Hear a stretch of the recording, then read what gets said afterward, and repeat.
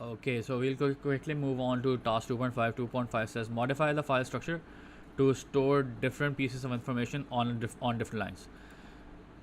So each piece of information, student ID, email address, home address, and tutor, all needs to be stored in separate lines.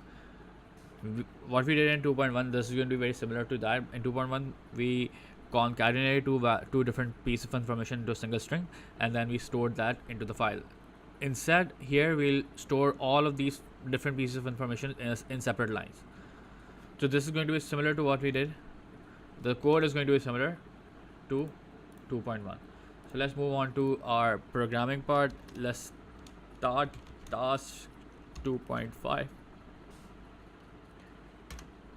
So we will first open the file.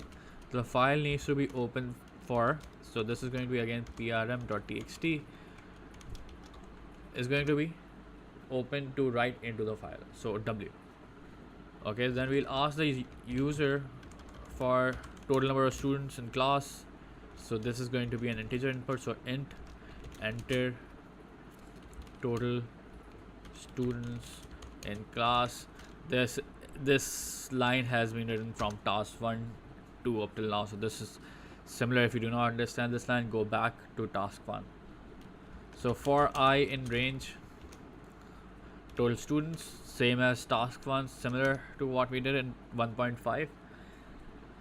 Okay, so what I'm going to do is I'm going to create an ID, and we will use the same concept as we did in 2.1. So we'll have the ID with the format that it needs to be of exactly 6 characters. So if the length of ID is not equal to 6, then it will keep on asking the user for another input. So ID is equals to input enter student ID of length 6. So if the length is not equal to 6, this will ask the user for the length for the ID again.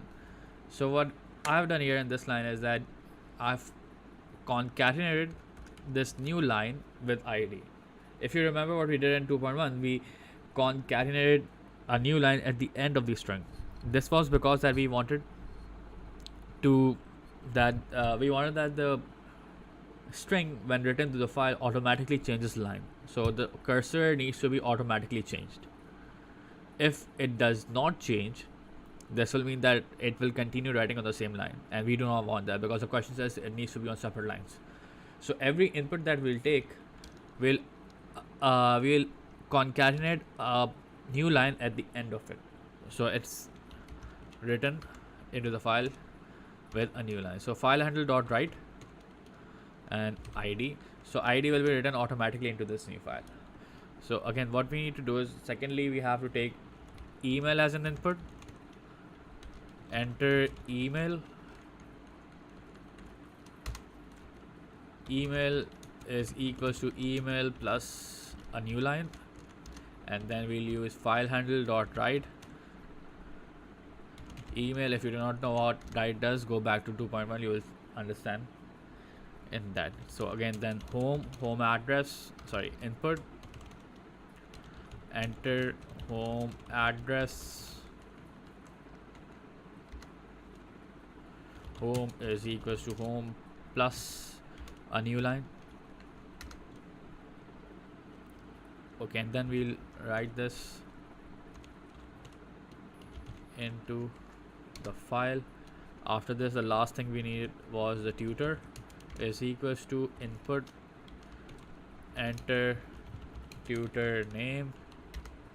Tutor is equals to tutor plus a new line, and then we write this in the file as well.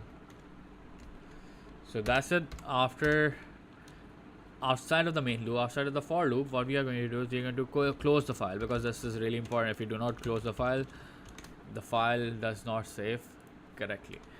Okay, all the variables that we have: total students, sorry, stds si, and is there any other integer? No, there is only just two integer values. Integer obviously file handle, we have to write this. This is going to be a write stream, and then we have ID, email, home, and tutor as string. Let me run this for you so you can see how this works. So total students in class, let me just enter 2. So currently this file was already there. There was written something in the file. So since I opened this for write, it automatically cleared the file. So now the file is cleared. 1 2 3 4 5 6. Email is going to be zen@mail.com. Home address is ABC, and tutor name is XYZ. Another 2 3 4 5 6 7. This is 6 characters. Email is going to be ali@mail.com.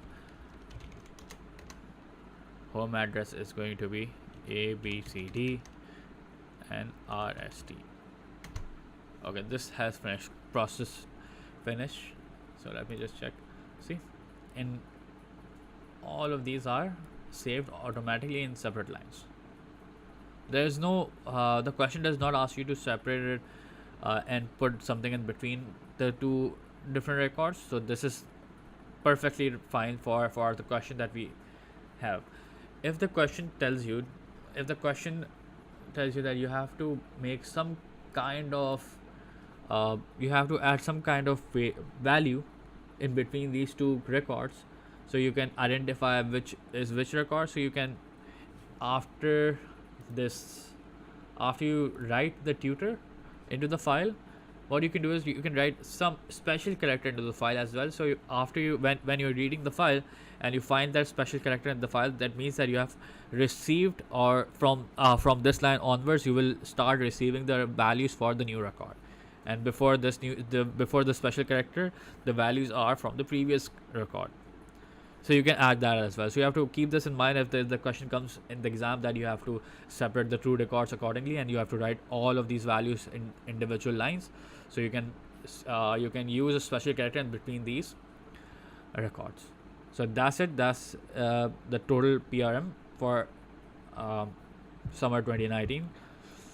Good luck for your exams.